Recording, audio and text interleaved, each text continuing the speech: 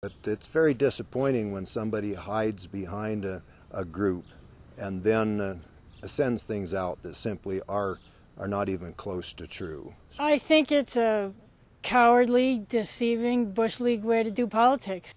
Montana's Commissioner of Political Practices is still trying to find out who's behind a shadowy organization that launched attack ads against some Republican candidates in the June primary election. It appears obvious that they intend to affect the election.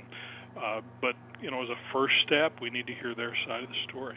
That group calls itself Assembly Action Fund. All that's known about it is that it has a P.O. box in Lewistown. It mailed out this flyer slamming Kelly Flynn. I was very surprised. Of course, the mailer inferred that I was a flaming liberal, anti-gun, pro-abortion, and I was, of course, shocked to see that because I'm anything but that. It made me angry, and it made me really hope that other people would pay attention to the details. These tactics are nothing new. Absolutely. Well, first of all, what we see here is a couple things. First of all, politics has always been a hard contact sport, going all the way back to the Founding Fathers, frankly. In 1980, a group calling itself the National Conservative Political Action Committee, or NCPAC, targeted 6 incumbent Democratic senators. 4 of them lost: John Culver of Iowa, George McGovern of South Dakota, Frank Church of Idaho, and Birch Bayh of Indiana. Only Alan Cranston of California and Thomas Eagleton of Missouri got reelected. They claim that they were responsible for those 6 losses.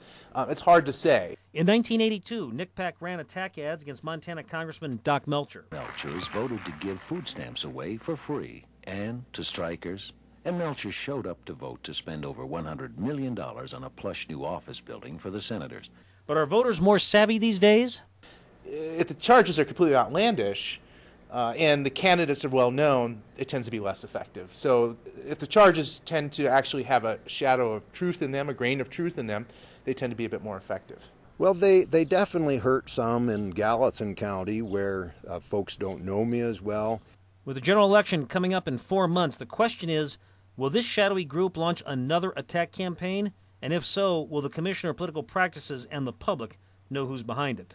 It's contrary to campaign law. The notion that you can get involved in a campaign and hide yourself, hide where the money's coming from, is just absolutely contrary to the provisions in law in Montana and in every other state in the country. Some lessons learned in the 1970s. Follow the money. Oh, yeah, our country is full of a checkered past of sometimes things being slimy, but that's no reason to just sit on our hands and let it go. Our history is just as full of people who've kept their eyes open and fought for a more honest form of government. Reporting in Bozeman for the News Channel, I'm Jonathan Athens.